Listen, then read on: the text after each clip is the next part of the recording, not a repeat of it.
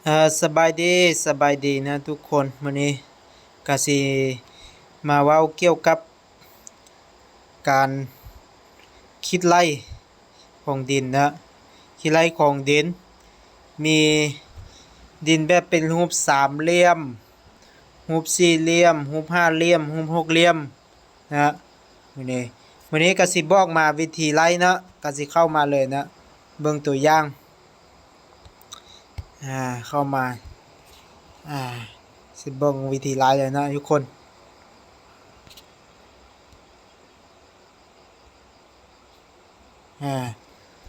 เข้ามานะวิธีไล่สิยกตัวอย่างของรูปที่1รูปสี่เหลี่ยมนะที่ทุกคนสามารถไล่ได้ของรูปสี่เหลี่ยมนี่นะก็สิไล่ให้เบิ่งนะรูปสี่เหลี่ยมนี่คำว่ารูปสี่เหลี่ยมผืนผ้าสิละแบบนี้มันจะเป็นแบบนี้เลยเด้อทุกคนอันนี้ไล่เกี่ยวกับดินนะมันนี่แต่ทางนี้20 เมตรเด้อตัวนี้ก็20ข้างนี้ก็20 เมตรข้างนี้ก็20เฮาฮู้นะฮู้ข้างแต่ละข้างแหละฮู้แล้ว20ฮู้แต่ละข้างใน20เฮาเอา20คูณ20ออกมานี่400นะ400ตารางเมตรเทิบนี่100ตารางเมตรนี่นะการไล่ดินทุกคนการไล่ดินแบบนี้เฮาฮู้เลยนะเนื้อที่ตัวนี้ที่ตัวนี้400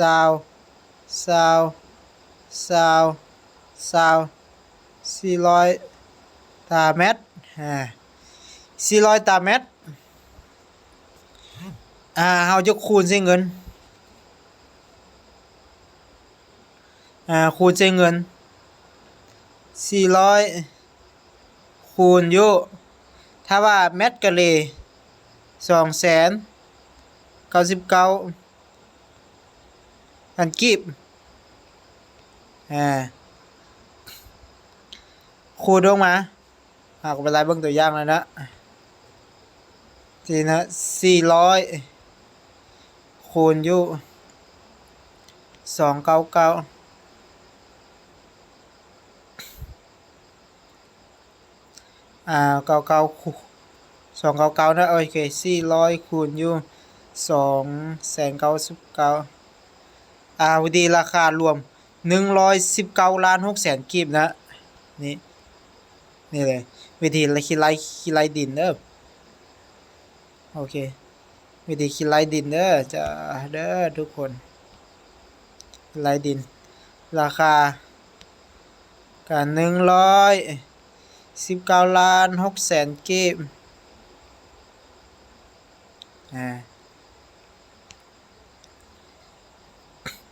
600,000กีบนี่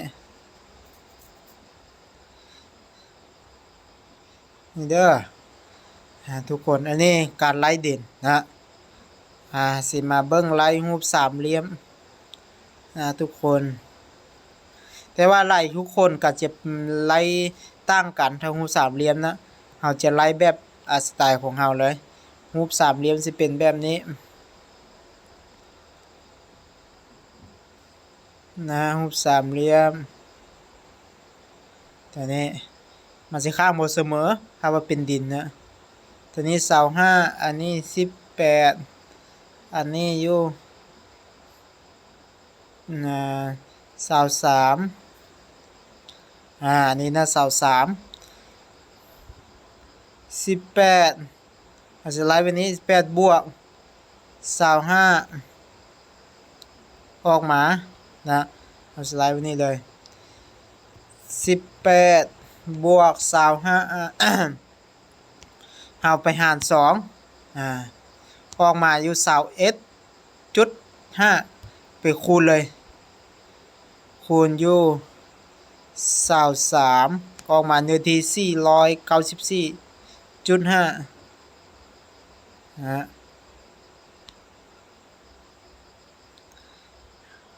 อายุเนี่ยเดียว494.5ถ้าว่าคูณใส่เงินกระตกประมาณอยู่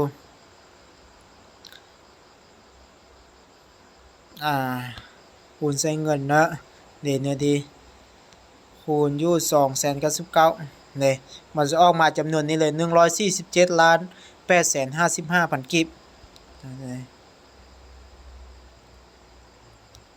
นี่ยเฮาดีเนื้อที่กันไล่เนื้อที่สามเหลี่ยม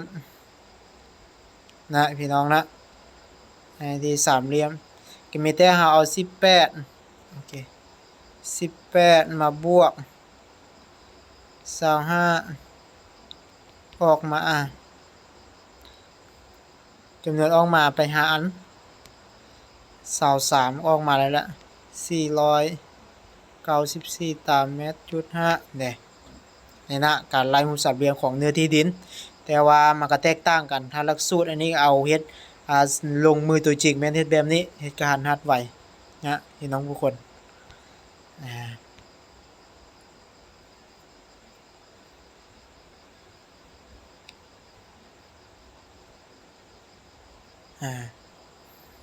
นี่แล้วมาไล่รูปสี่เหลี่ยมไล่แล้วนะสามเหลี่ยมสี่เหลี่ยมแบบนี้ไล่แล้วสามเหลี่ยมนี่ไล่แล้วรูปห้าเหลี่ยมนะในห้าเหลี่ยม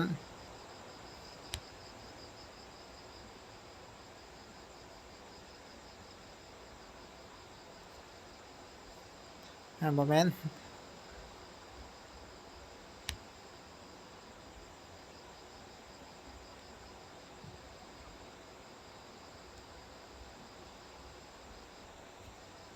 แบบนี้ตัวนี้นะเพิ่นจะไล่แบบนี้มันเป็นซองหาเพิ่นซองหาคือคล้ายๆเดียวไล่คือเดียวแล้วมาบวกกันพี่น้องเอ้ยเพิ่นสิตัดตัวนี้เพิ่นสิแทกมาเนื้อที่ตัวใดตัวนี้เนื้อที่เท่าใดตัวนี้เอาไปแทกมาดูจริงสมมุตินะ18 13ตัวนี้20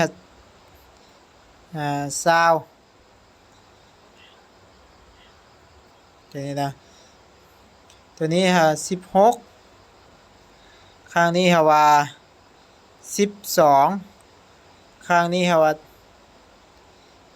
15นะแบบนี้นะเพิ่นจะไล่รูปแต่ละข้างนะอันนี้ทีรูปแต่ละข้างเอา18มาบวก13ออกมา18บวก13หาร2ออกมา15นะออกมา15นี่15ไปคูณ3ออกมา310ตามเมตรพี่น้องเลยแล้วข้างนี้16บวก1516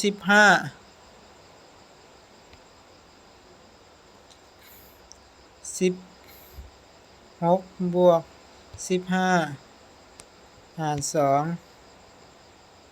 ออก15จุดเราไปคูณ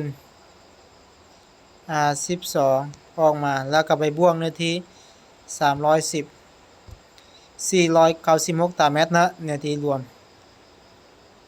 นะพอดีเนื้อที่แบบนี้เนื้อที่แบ่งลายไป2ข้างนะตัวนี้เนื้อ310ตัวนี้อยู่185ขามาบวกกันนะ310บวก185ออกมา400ปลายนะได้เท่าใด496ตารางเมตร96ตารางเมตรนี่ที่การไล่รูปห้าเหลี่ยมแม่น ไล่แต่ละข้างต่างกันแล้วจากนั้นจะมาบวกกันพี่น้องเอ้ยซ้ำนี้เนาะก็มีอยู่3อย่างบัดนี้ก็มาไล่ให้เบิ่งก็ร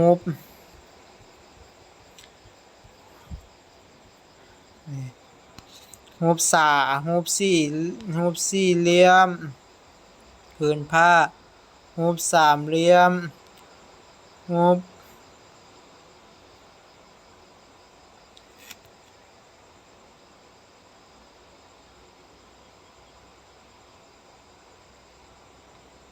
ห้าเหลี่ยมนะสี่เหลี่ยมสามเหลี่ยมห้าเหลี่ยมนี่แบบนี้นะทุกคนมอดนี้ก็สิกราบเขาว่าขอขอบใจหลายๆที่ได้เบิ่งการไล่รูปสามเหลี่ยมและสี่เหลี่ยม